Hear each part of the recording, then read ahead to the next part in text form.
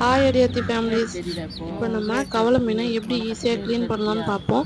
பார்க்கறதுக்கு முன்னாடி நம்மளோட சேனலை சப்ஸ்கிரைப் பண்ணாதவங்க சப்ஸ்கிரைப் பண்ணிக்கோங்க, பெல் பட்டனையும் கிளிக் பண்ணிக்கோங்க.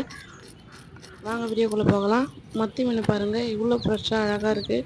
அதை இந்த மாதிரி ஒரு ஆஷா பிளேடு வச்சுட்டு அதை நல்லா மேலே இருக்கிற பலர்லாம் இப்படி ஊற்றி சுரண்டுனா ஈஸியாக சரன்னு வந்துடும். எல்லா பலருமே கடன்னு மேலே இருக்கிற பலருங்கெல்லாம் வந்துடும். இது உடம்புக்கு நல்ல சத்தான மீனுன்னு சொல்கிறாங்க. ஆனால் விலையும் சீப்பாக தான் கிடைக்குது. இவ்வளோ மீனே நாங்கள் 100 ரூபாய்க்கு தான் வாங்கினோம். அப்புறம் ஒரு சிசர் இருந்தால் போதும். அந்த குடல் எடுக்கக்குள்ளே அதில் இருக்க முள்ளெல்லாம் கையில் குத்தும். அதனால் இப்போ நம்ம என்ன பண்ணுறோன்னா, சிசர் வச்சு அதெல்லாம் எடுத்துடுறோம். சிசர் வச்சு கட் பண்ணி எடுக்கக்குள்ள அந்த சைடில் இருக்கிற முள்ளெல்லாம் தெரியாது.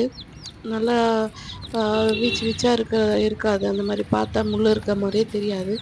ஆனால் அது செய்யக்குள்ள நல்லாயிருக்கும், டேஸ்ட்டாக இருக்கும். அந்த மாதிரி சிசரால் சைடில் இருக்க முள்ளெல்லாம் கட் பண்ணி விட்டுட்டு அப்புறம் குடலுங்கெல்லாம் எடுத்துடணும். குடலெல்லாம் எடுத்துட்டு அழகாக எப்படி குடல்லாம் எடுத்துடுறோம் பாருங்கள். நல்லா க்ளீன் பண்ணி வாஷ் பண்ணி வச்சுருக்கோம்.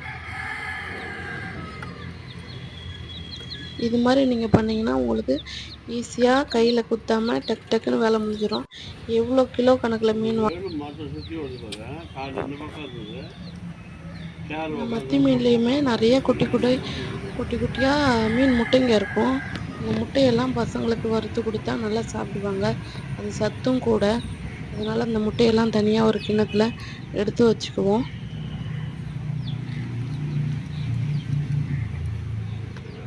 நல்லா குடலெல்லாம் சுத்தமாக எல்லாத்தையும் எடுத்துடலாம்.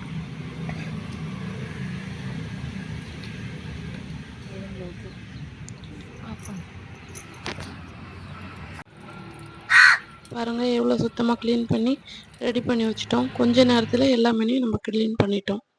தேங்க்யூ.